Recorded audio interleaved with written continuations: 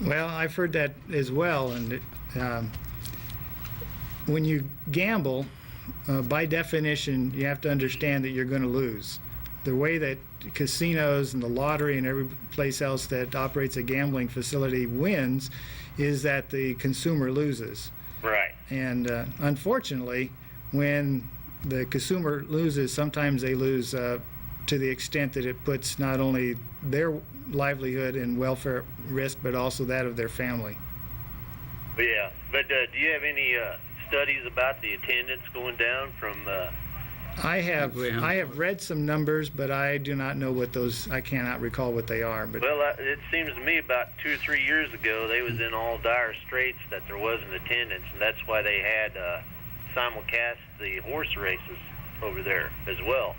But since the idea of this casino coming to Sedgwick County, you haven't heard much more out of them of how they're doing.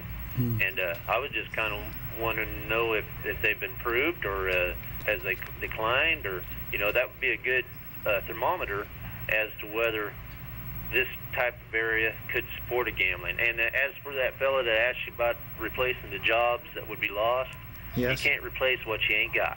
Okay. Okay.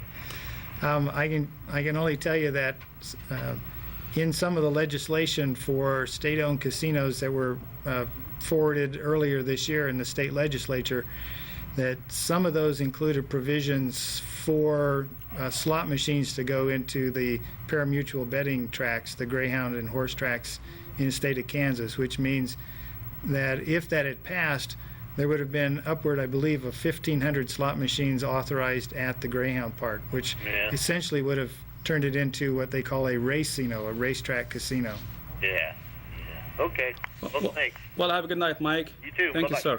Night.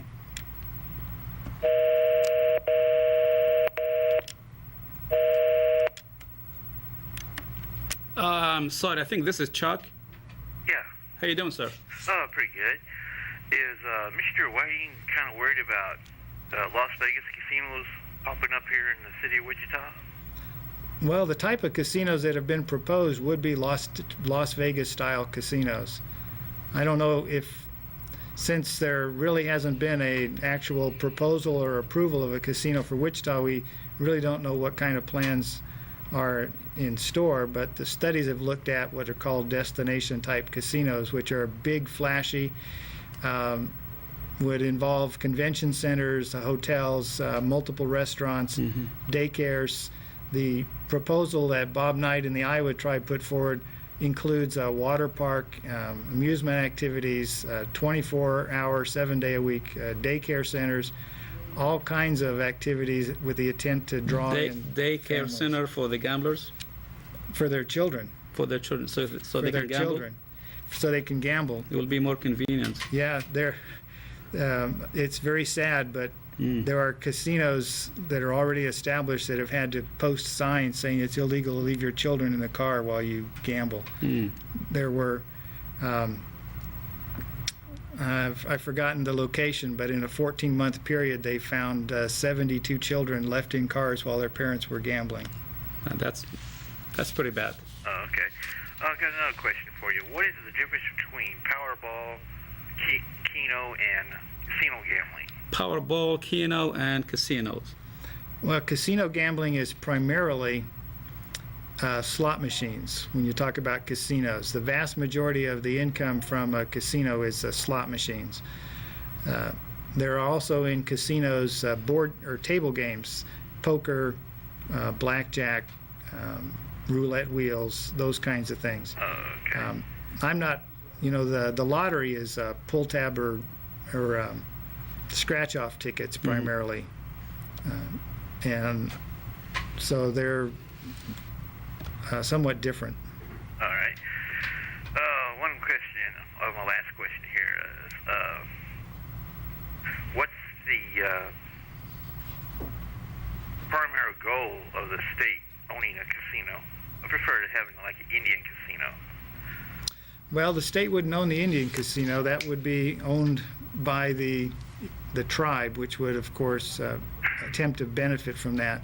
State casinos would be operated with the intent of raising revenue that would have the impression of being tax-free revenue. In other words, they wouldn't have to raise your taxes in order to gather, they estimate $50 million from each casino that they would operate. One proposal was for up to 8 casinos to be operated by the state, which sound like a lot of money. So their primary reason for having casinos is to develop revenue. The problem with the state doing that is that it actually becomes a tax on its citizens. It's just not called a tax. All right. What if this becomes a county vote? Well, the referendum, which was proposed here recently and discussed in the Sedgwick County Commission, was designed around a very vague question, and it was simply asking the citizens, would you be in favor of a gambling establishment in Sedgwick County?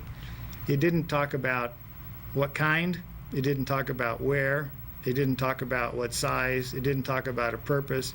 It was so vague as to be essentially useless. It turns out that this vote would have been only useful